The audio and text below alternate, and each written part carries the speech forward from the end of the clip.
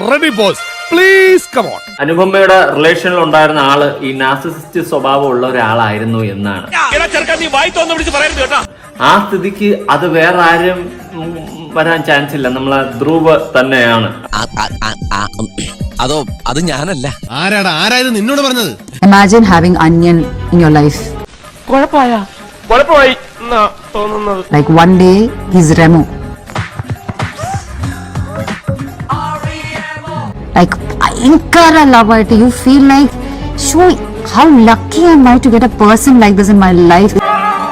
Hey, you see that? One pata nila vakatla olinjikichu. This even reality, it's like a dream, not a feeling. സുനിക്ക് എന്നോട് ഹൃദയസ്പൃക്കായ ഉള്ളിന്റെ ഉള്ളിൽ നിന്നും നിർഗളിക്കുന്ന യാഥാസ്ഥിതികമായ പ്രേമമാണോ ഉള്ളത്? തീർച്ചയായും. ഈശ്വര തലയിലായോ? Next day, you see Onion. സൗന്ദര്യം പഠിപ്പുള്ളിന്റെ അഹങ്കാരം അവരുടെ വിചാരം. ഇവൻ കള്ളനാണ്. ഇവന്റെ തന്ത പെരുങ്കള്ളനാണ്.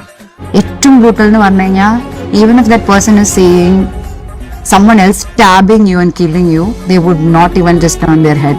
കഴിവേറി മോനെ നീയൊന്നും ഗുണം പിടിക്കൂല, ഈ ഓശര് ഗുണം പിടിക്കും. That kind of extreme.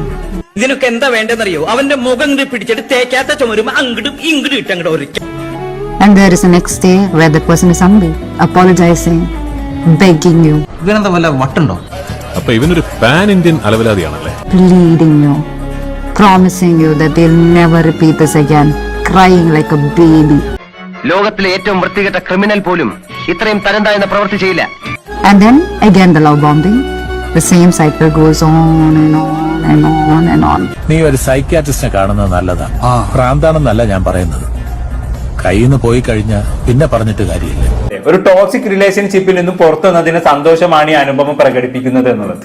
വീട്ടിൽ തന്നെ ഇരുന്നാ മതി. നീ പുറത്തോട്ടൊന്നും ഇറങ്ങാൻ നിൽക്കണ്ടാ. നീ നല്ല പയ്യനാണ്. നിന്നെ കണ്ടപ്പോഴേ എനിക്കത് അറിയാമായിരുന്നു. എന്നാ ശരി, ഞാൻ ഗുഡ് നൈറ്റ് പറഞ്ഞോ? ഇല്ല. Good night.